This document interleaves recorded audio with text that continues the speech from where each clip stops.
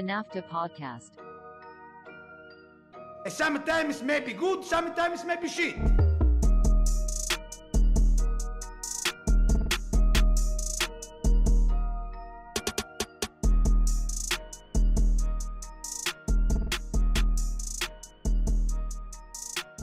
NAFTAA Podcast, episode 210. We're back.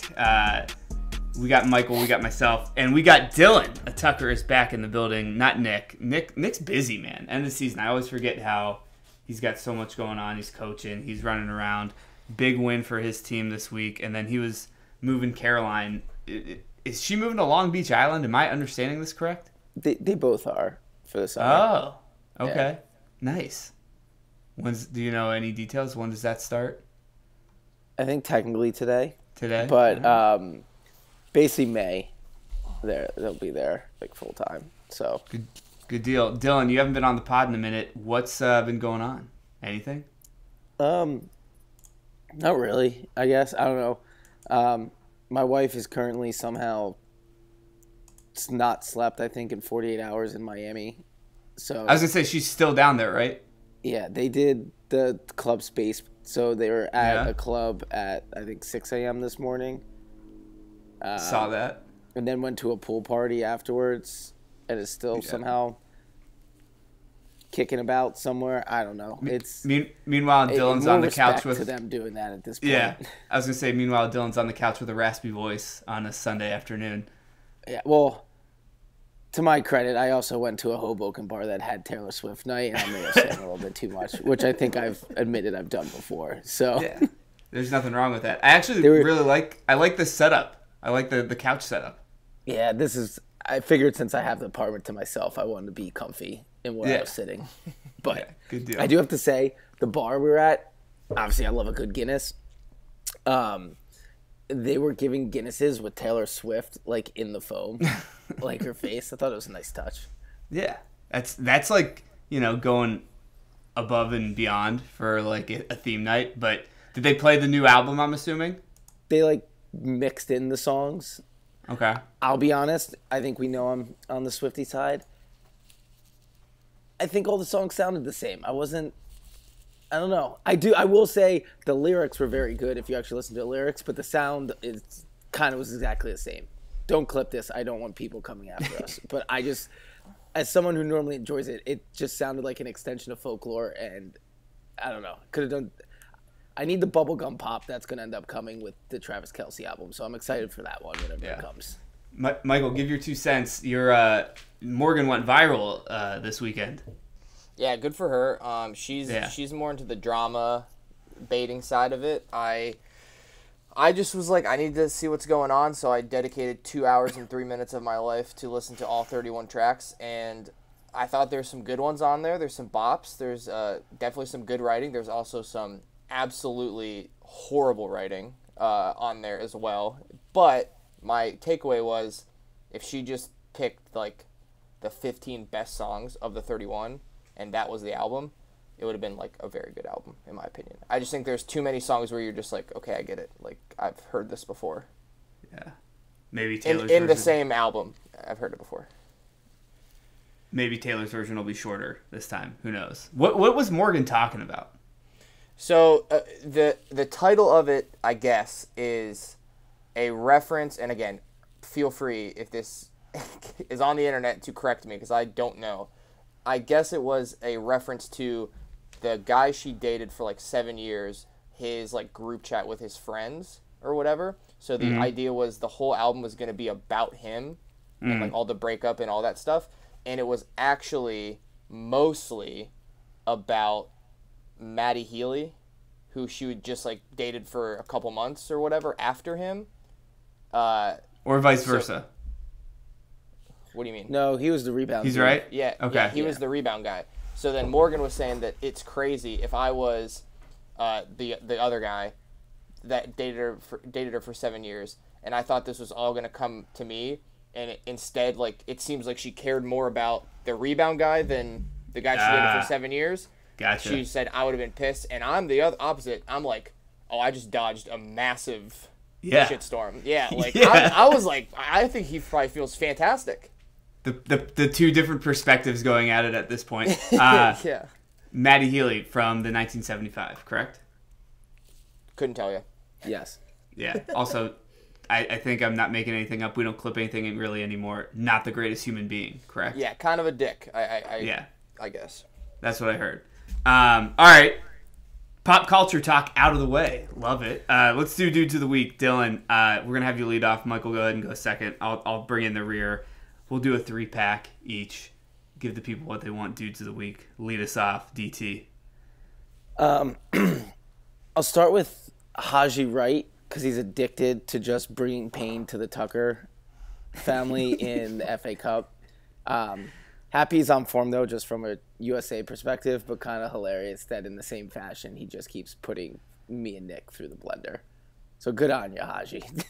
Yeah, looked impressive. Really want him to get some peekaboos here for the summertime. We're going to be playing Brazil. And who's the other friendly against? It's against some other South American country. Colombia, Chile? no?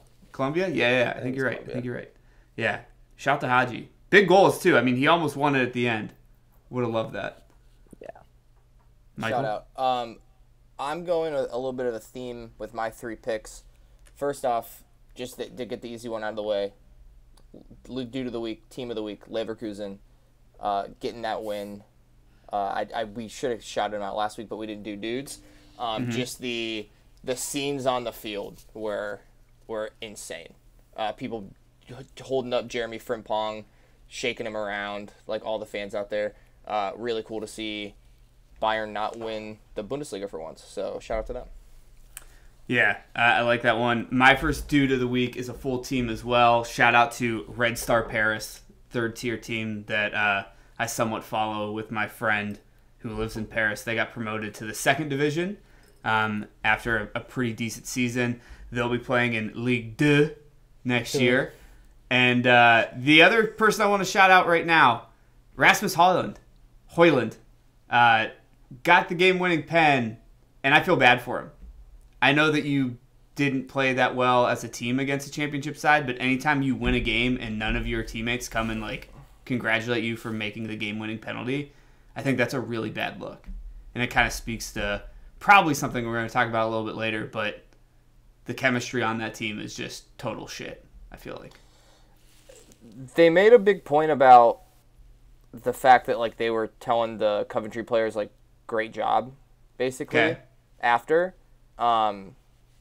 I mean, you could just do that after you celebrate with your team. I don't know. I don't think it's reaching too much, but I'm just a little bit that's kind of... I find it, a couple of the Man United fans that I know, I talked to, and I mentioned this too, and they kind of gave me the Kobe Bryant response, job not done.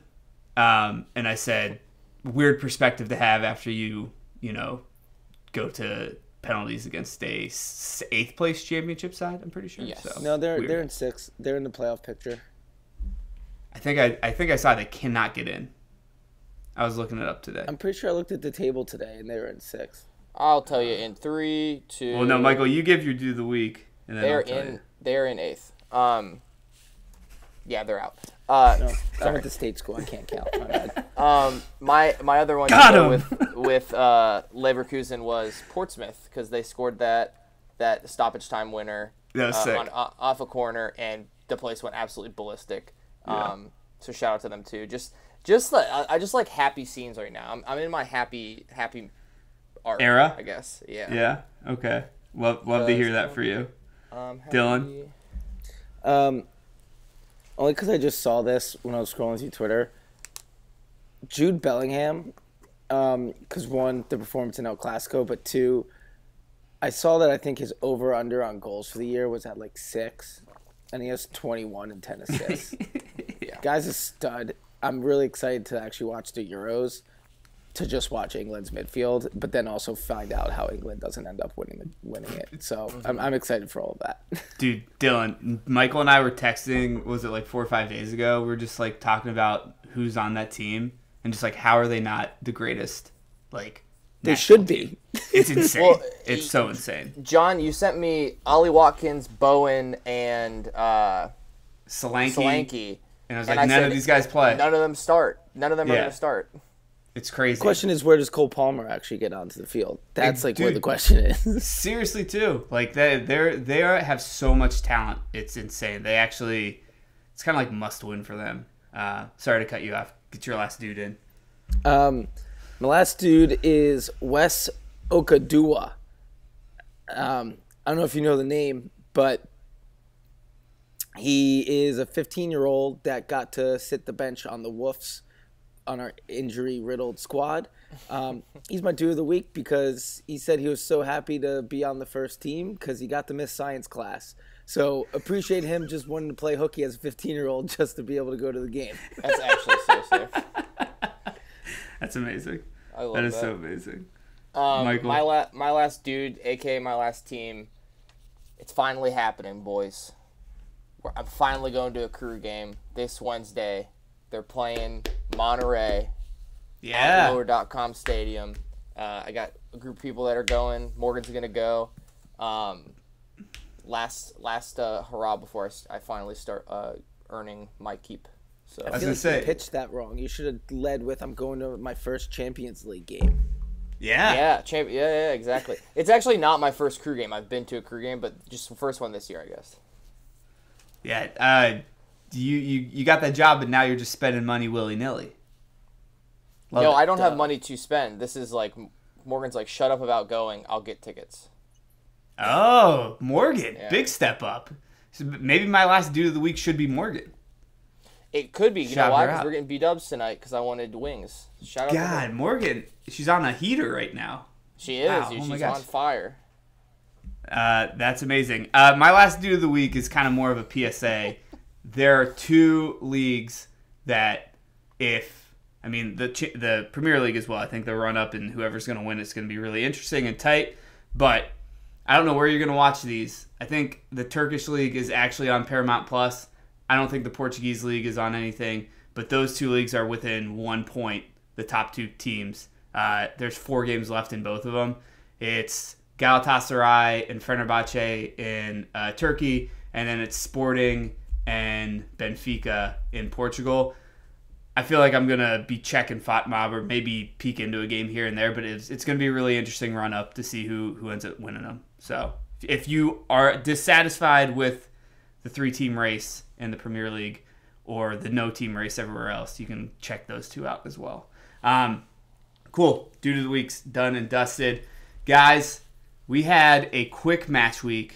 There were 7 games that we can go over. We're going to fly through them pretty quickly. We'll save some time to talk FA Cup at the end. We got a repeat of last year for the final. With that said, if you're listening, like, subscribe, share. We're on YouTube. We're on wherever you get your podcasts. We have a Instagram, etc., etc., etc. You get to see our face if you watch YouTube. I suggest that one. I think it's a better experience. Let's dive in. First game of the week, Luton Town 1, Brentford 5. Wissa in the 24th and 45th +1. Pinnock in the 62nd. Lewis Potter in the 64th. Shade in the 86th. And then Luton gets one back, 90 +2. My initial thoughts, really disappointed. I thought Luton would at least show up a little bit for this one, but Brentford kind of took them to the cleaners. It's just something you have to remember. Like, they've had a lot of injuries, Brentford, this year. They're still they got very good players. Like they're well run. They got good players. They know what they're doing. Like they can click at any time. They can beat you. So. Yeah, Dylan. Before I let you go, Michael, your guy Reguilon, assist, called him out last week. Telling you, man, I don't understand why you just were like, we don't need this player. If you're Man United, it makes no sense.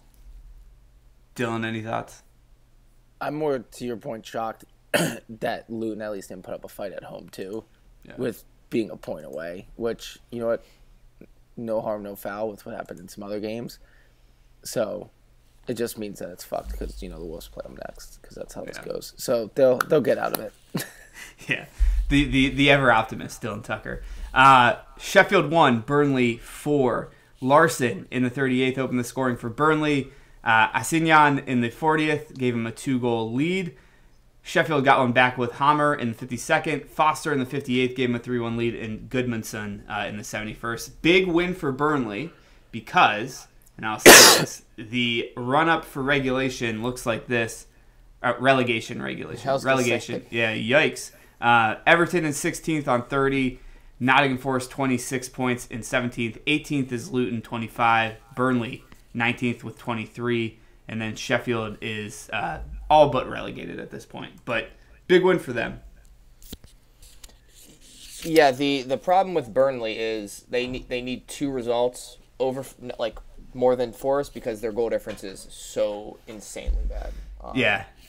And if I'm not mistaken, I took a look at it today. Burnley's run-up isn't the easiest. It's United, Newcastle, Tottenham, and Forest. So they got the game against Forest so that they can win, but they got to get a second result there. That's where you hope you're in Spain because they do head-to-head if it's tied on points. True, but you're not in Spain.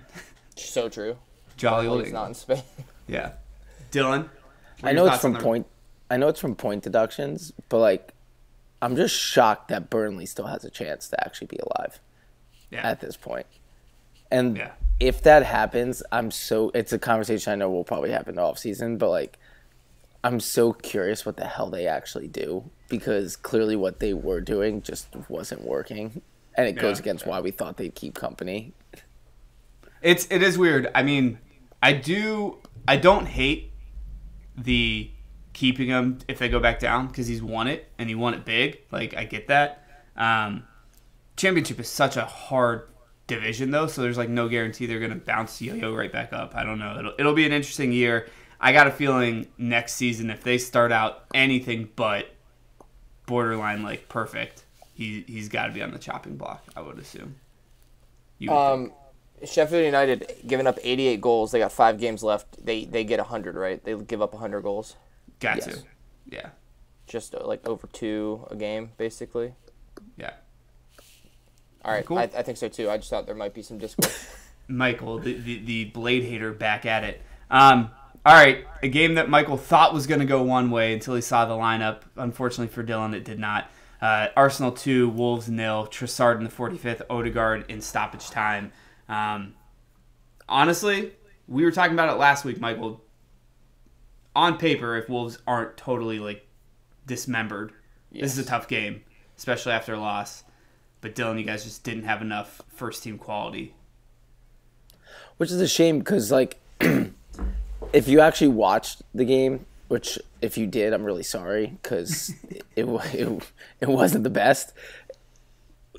Gary O'Neill is just the fucking man. He, at least with the people we had, set us up for success while also, this is hard to say when you have everyone injured, actually rotating, some top players because the games are actually winnable for Bournemouth and Luton coming up. And the fact that I thought the 2 goals were kind of ticky-tacky. Trossard mishit the ball. Or that was the best mishit goal I think I've ever seen. But I think my other takeaway, because I feel like this happened in the Villa game too, they don't use Saka. They don't let him play on the ball for some reason recently, and it blows my mind because whenever he did get it towards the end, he was dicing us up. But for some reason, they just weren't going his way, and maybe that's, a credit to the Wolves attempting to do something. But, it was the same thing as Villa, and to me, if Arsenal wants to still think they have a chance, hoping that you guys drop points or something like that, they have to somehow figure out how to get him more involved. Because to me, that's banana land. Yeah. Michael, I know you have thoughts on this. I'm just, you know what? I don't have any thoughts. I would just, if you're somebody who's online a lot, on X, Twitter, whatever, all that shit, people are talking, man. People what are they saying? People are talking about... I don't know what they're talking about, so can you please inform me? Yeah. Shit. People, there's this, especially after the Bayern game, especially after the Villa game, there's a lot of discourse about, have we been saying our players are better than they are? And, I think he might be one of them where when he looks good, he looks really good, but sometimes, he doesn't disappears. Show up. Yeah. But, and to his defense, I think I said it last week or the week before, to his defense, it might not even be him disappearing. It might be that team not playing the right way through him. Yeah. Because I see the ball on the left side of that team way too much That's basically what I was saying, and they don't get him involved. But I'm just saying, people are starting to see it because there's always been kind of rose colored glasses. Yeah, on their own team. Yeah, and I think they're kind of coming to terms with maybe they're not as good as they've been. Fun fact about that term, La Vie en Rose, the song, one of my favorite songs, wanted it to be one of my wedding songs. Lex said that just means that you're looking at our relationship with rose-colored glasses, which means like it's not perfect, but you're too blind to understand. Fun fact. Yes. Great. That was awesome. People need to know about me. I'm a host. Huh? I said I'm happy you didn't choose it then. That's a tough one. It's a great song, though. Amazing song. Dylan, the one thing I'm disappointed with is when you're a team like Wolves and you have been... There's times you're inconsistent, sure, but I do think that they're finally here at the tail end listening and playing as well as they can. I would have liked to see you guys test these guys being healthy, right? Like, if you guys had everyone healthy, I thought it would have been a fun game. If we actually had our full squad, which is, it's a shame that we don't have any depth, and hopefully that changes, but it probably won't because this is how every year ends for us, is injuries and then we fade away. If we had a full squad, I think Michael was right. I think we could have actually won that game. Yeah. You guys are tough, especially at the Molyneux. Everton 2, Forest 0. Guille, I always screw this guy's name up. In the 29th minute, Michael? Gay? Yeah, that's what it is. And then McNeil in the 76th. 2-0 win for Everton. The big story here, honestly, and Dylan, I texted about it earlier. We talked about it on multiple podcasts when Michael wasn't on. I'm really... I don't know if it's a knock on Gio. I watched this game today. He doesn't know where to go. He's in people's way. He's running into people. I understand that's probably why he's not playing much. But I will defer back to you. Is Nuno just a bad coach? Doesn't know how to coach him? I'm blaming that. I think I said this when we actually had this conversation. I don't think he fits Nuno's style of play, which is why I don't know if when he had like 7 or 8 teams to choose from, why he chose Forest. But like, I don't know. I think there's too many cooks in the kitchen in Forest, and like I know it's tough to say for a team that probably doesn't score as much, but I think they have a lot of people that want to play on the ball as individuals, and they're not able to actually work up the field and actually like pass their way through the defense, and that's where the biggest problem is. Because Everton didn't look good today either, like at all. Yeah, these are 2 bad teams. But it's crazy because Forest do have names that you're like, oh, they're decent, like on this team, and they just. But you're only saying they're decent because of it's like when there's a quarterback that was drafted in the first round who sucks, but then he goes to another team. You're like, well, he's drafted in the first round. The potential could be there. It's all these names that were on Big 6 teams but didn't do well there, which is why you think that they're good. You're right, because I'm literally thinking of Elanga, Hudson-Odoi. I will say Divock Origi is good.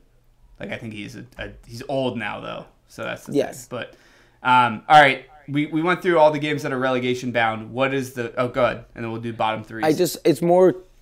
I need to just let you guys know the pain from a betting perspective I had during this game. Okay. I took Everton to have more corners, minus basically 0.75 in the first half than Nottingham Forest. And they had 4 corners, and Nottingham Forest had 0 going into the 42nd minute.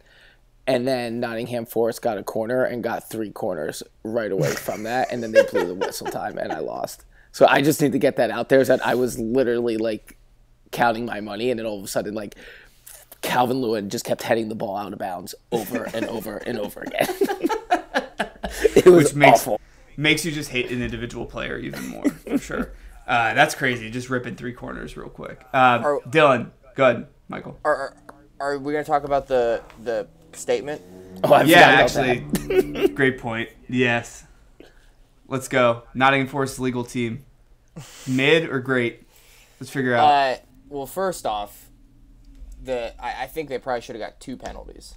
Yeah. I think the one in the middle, it's definitely been given. I think he was a little too close, like hitting his hand. The last one was egregious. Absolutely a penalty. And the fact that in this, like, this statement is a little bit, I think I saw Carragher talking about it, which I just kind of disagree because I think you should just be able to say whatever the fuck you want. It is a little bit like, I told you, like, he doesn't like us. That guy doesn't like us. Okay, but he was like a Luton fan, which is just like a funny thing to say in like a very official, formal. How did they find that out? I want to know who the PI for Nottingham Forest is too. It's been known that he is a Luton fan. He doesn't do. I can't remember who the referee is, but he doesn't do any of the Luton Town games. Oh, okay. But it is really funny that they're like, they said that in like such a formal. You know, we told you.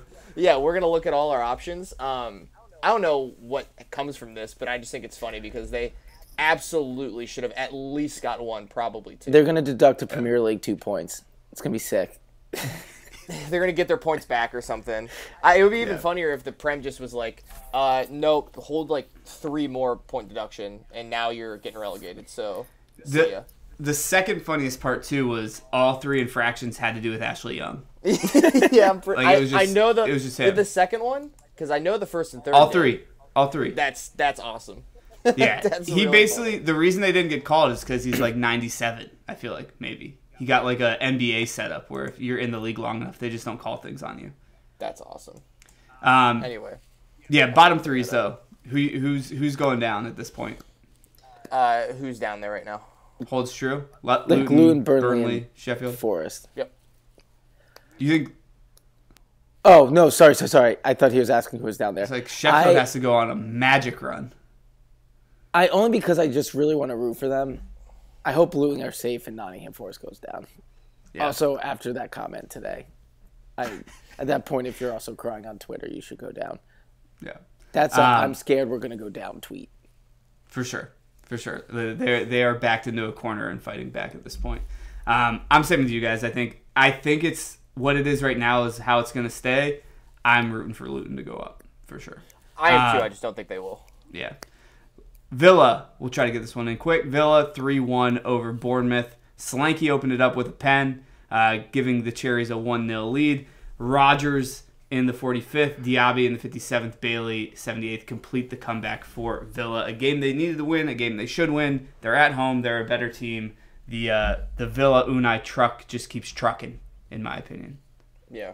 I can remember early, like midway through this year, maybe even early in this year, they would go down and then they would kind of fall apart. So this is good that they were able to kind of steady the ship against like a good Bournemouth team, obviously. Yeah. Bournemouth, no slouch, for sure. Dylan, nothing to add? No, I missed this one. I didn't see this game, so I'll keep my mouth shut. All good. Palace, big win. 5-2 over West Ham. Elise in the 7th, Eze in the 16th. A own goal by Everson in the 20th. Mateta in the 31st. They had a 4-0 lead. Antonio got one back in the 40th. Mateta again in the 64th gave it a 5-1 lead. And then Henderson own goal in the 89th.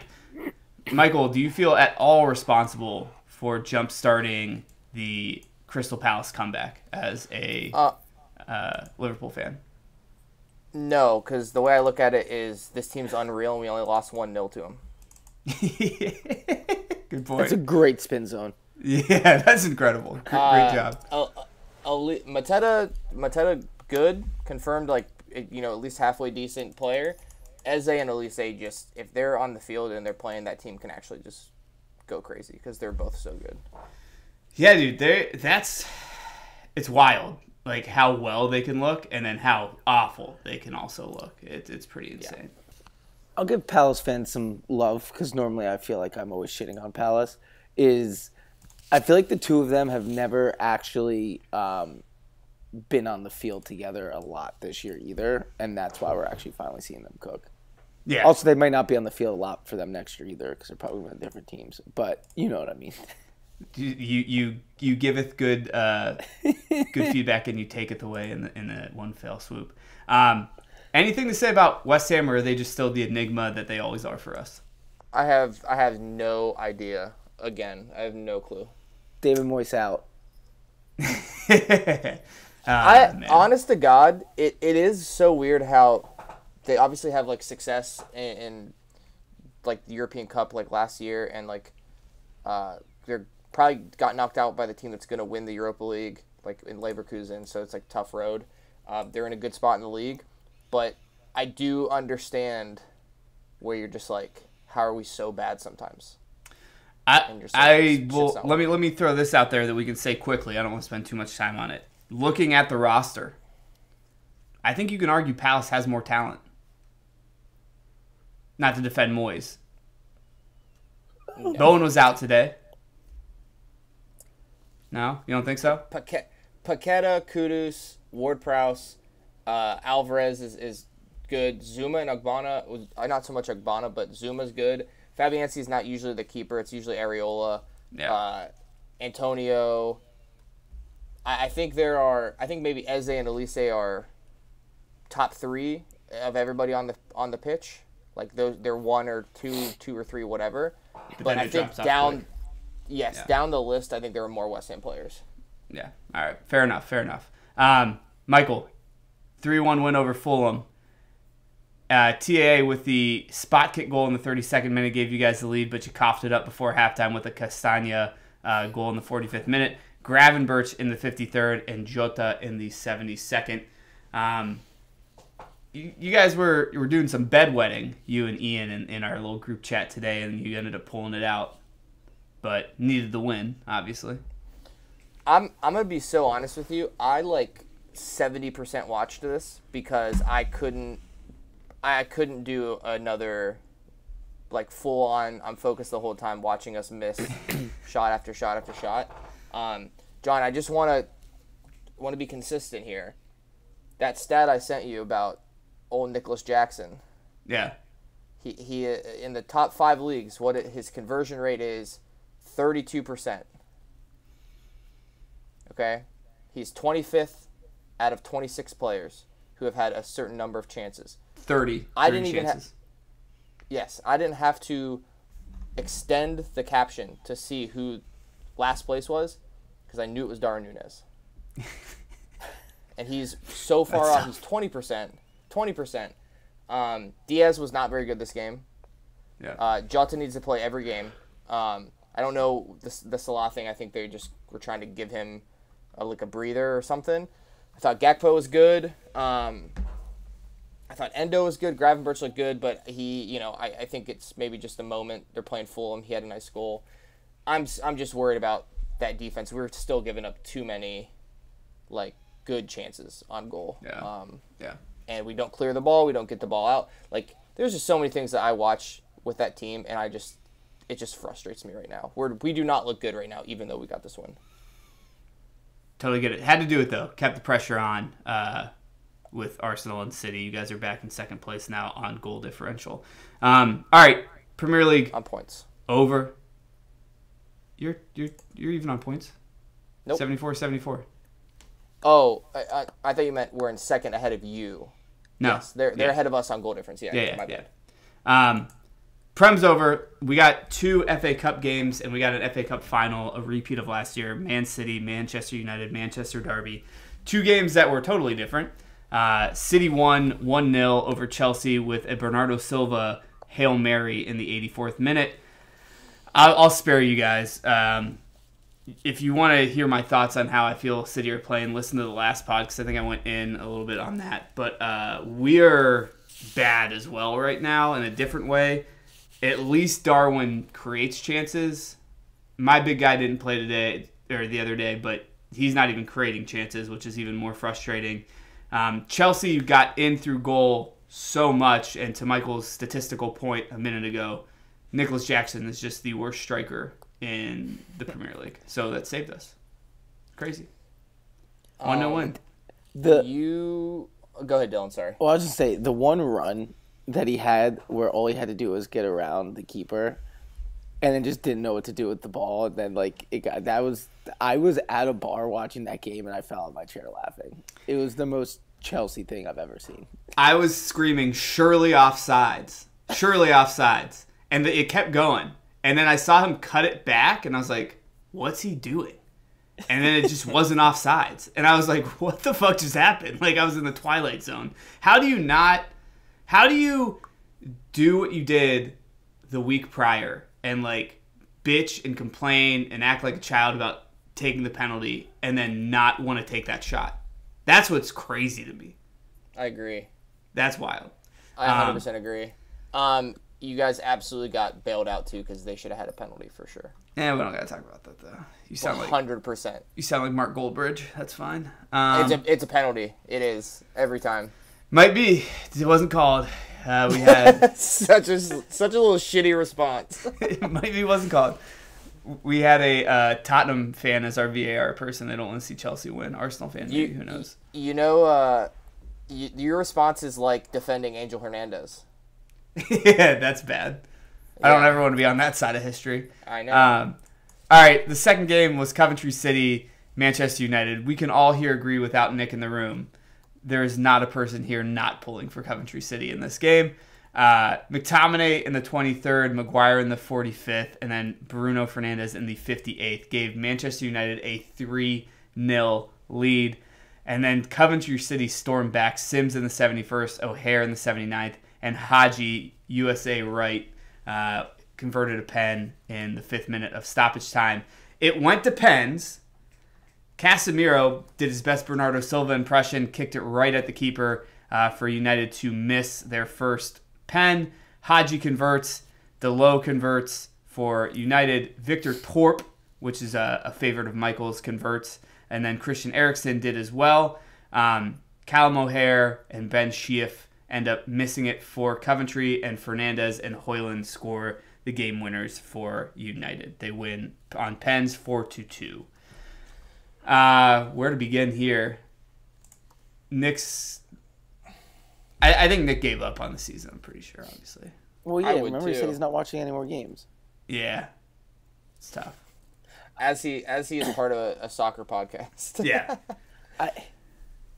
It's just wild that like you can be in such control of a game and it just all goes to shit, and it happens all the time. It's not even like it's a one-off. It just always happens. And this is the thing, and we're not pouring salt in Nick's wound because Nick would be the first one to tell you this type of shit.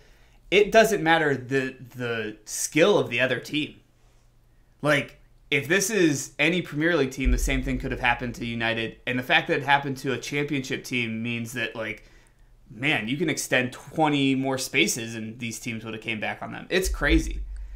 Michael, did you send this to me? Goldbridge tweeted out early when they're up 3-0. It's crazy people want to fire Erik Ten Hag. That was in our chat. Yeah. And then literally they start shitting the bed.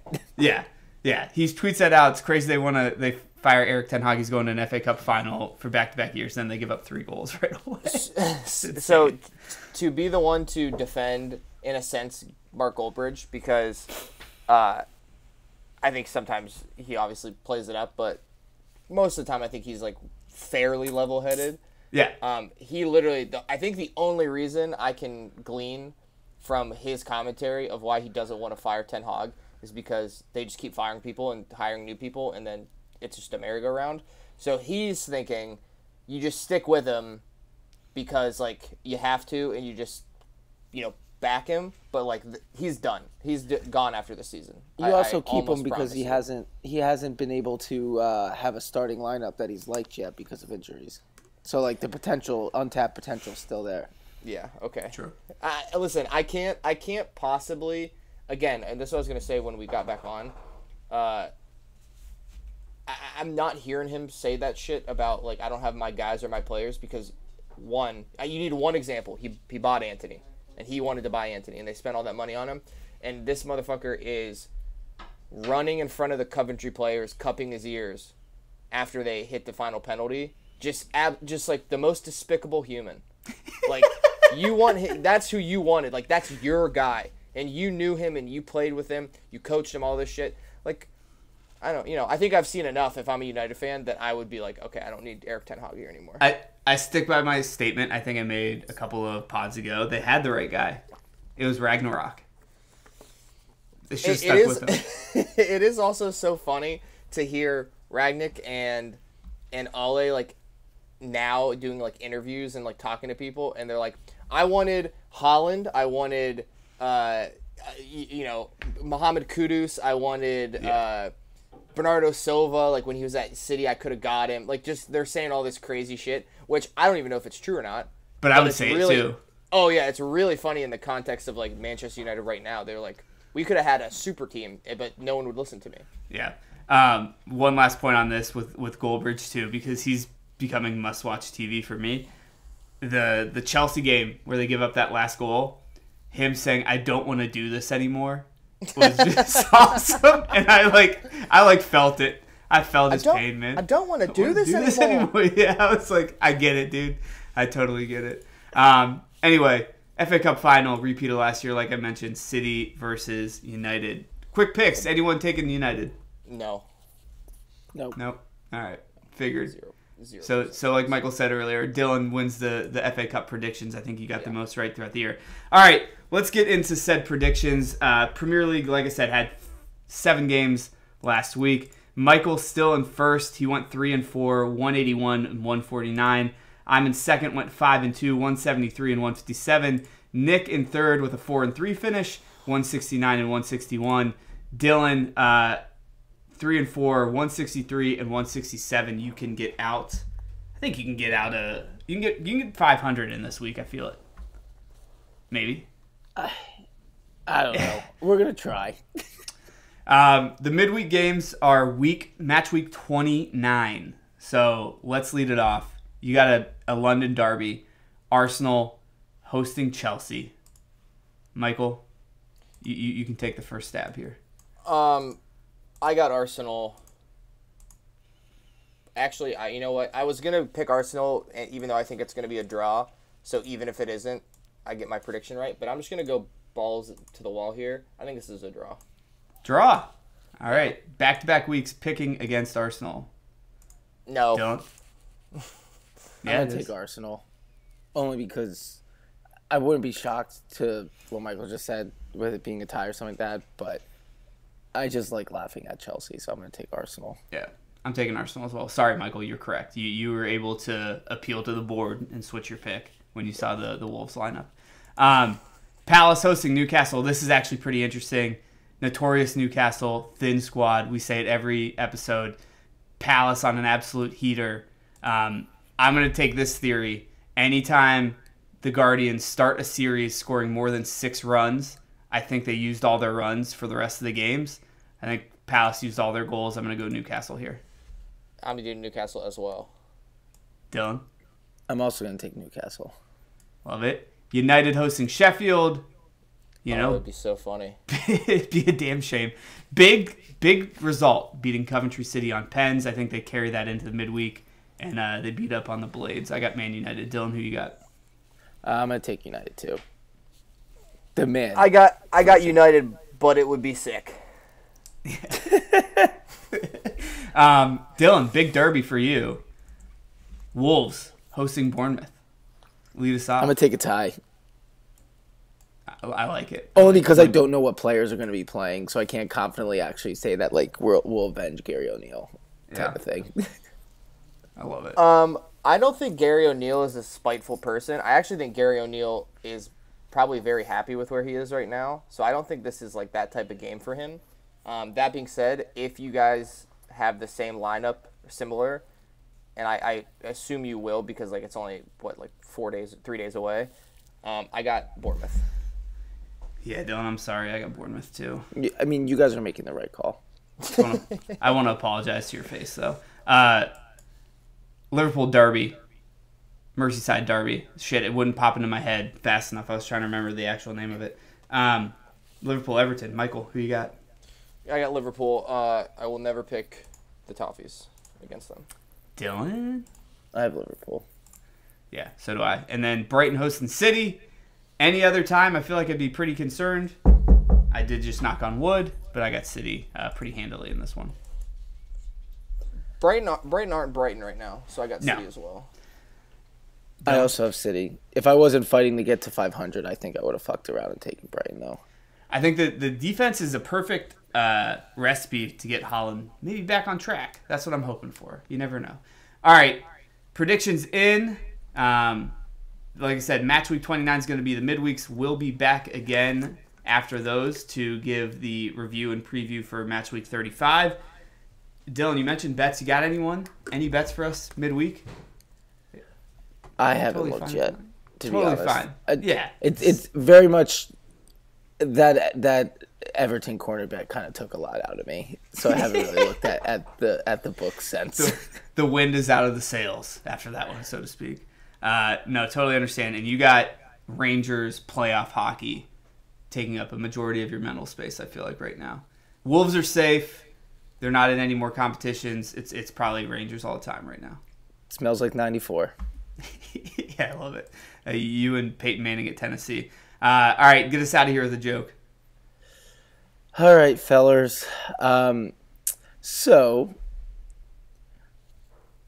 where do soccer players go to dance? The football. Cheers.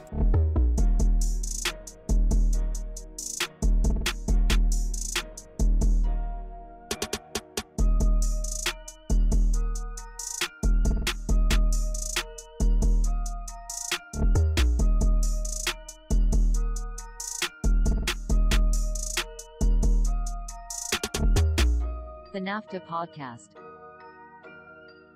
Sometimes maybe good, sometimes maybe shit.